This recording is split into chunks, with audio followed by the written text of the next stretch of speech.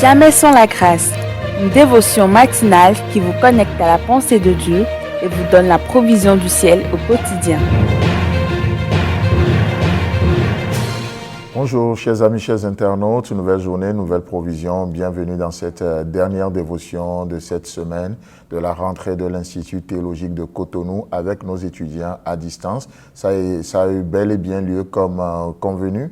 Et donc, mais laissez-moi vous dire qu'il y a encore de la place. N'hésitez pas à nous contacter si vous voulez prendre un cours, vous voulez savoir comment ça se passe, quelles sont les conditions.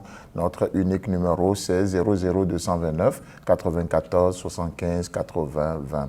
Père, nous bénissons vraiment ta vie, nous bénissons ta parole ce matin parce que par elle, tu nous nourris, par elle, tu nous montres la voie à suivre, par elle, tu fais une œuvre de profondeur dans nos cœurs.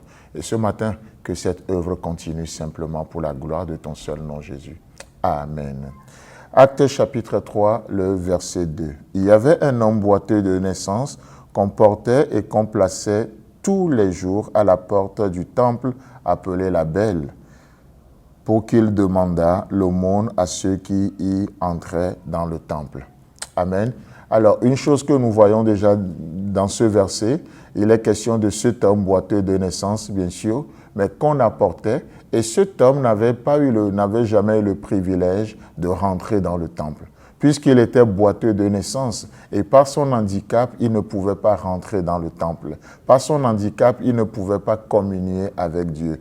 Vous savez, beaucoup de personnes réalisent ce fait aujourd'hui, et au lieu de Dieu, ils se contentent juste d'une religion. Ils se contentent d'une religion plus ou moins correcte. Et ça, c'est être à la portée du temple. Oh, on fait des bonnes choses. Et là, c'est la rentrée, c'est la période des rentrées. Les gens vont encore acheter des fournitures scolaires. Ils vont les offrir aux enfants. Nous-mêmes, à l'église, on en a fait, il n'y a pas de souci.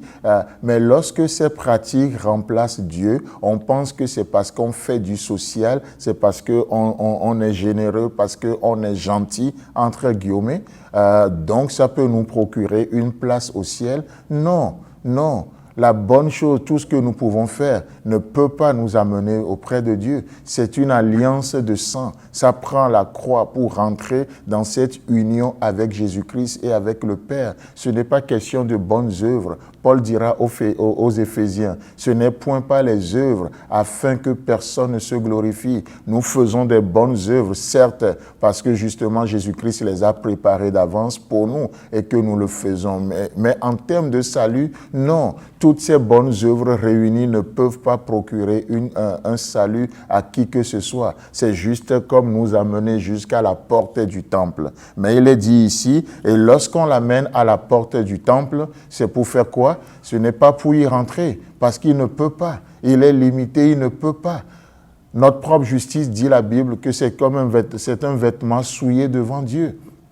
Et un manguier ne peut que donner de la mangue. On ne peut pas cueillir des oranges chez un manguier. À cause de cette nature du péché, tout ce que nous pouvons faire est taché du péché. C'est pourquoi, comme on le disait la dernière fois, il est important de devenir une nouvelle créature en Christ et de voir les choses anciennes passer et de découvrir toutes les choses qui sont devenues maintenant nouvelles en Jésus-Christ. Amen. C'est vraiment merveilleux de vivre ce mystère des Écritures. Donc cet homme, on l'amenait et les gens savaient pourquoi il l'amenait.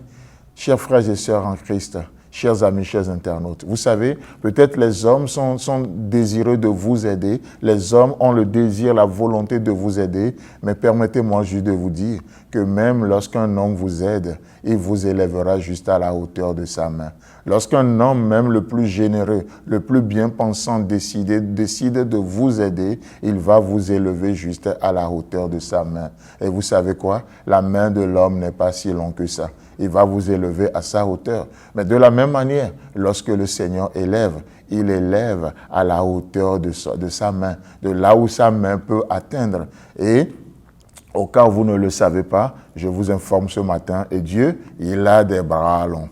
Dieu a vraiment des bras longs, des bras assez longs, à tel point qu'il élève. De la poussière, il prend le pauvre. Du fumier, il prend l'indigent et il le fait asseoir avec les grands. Il leur donne un trône en partage.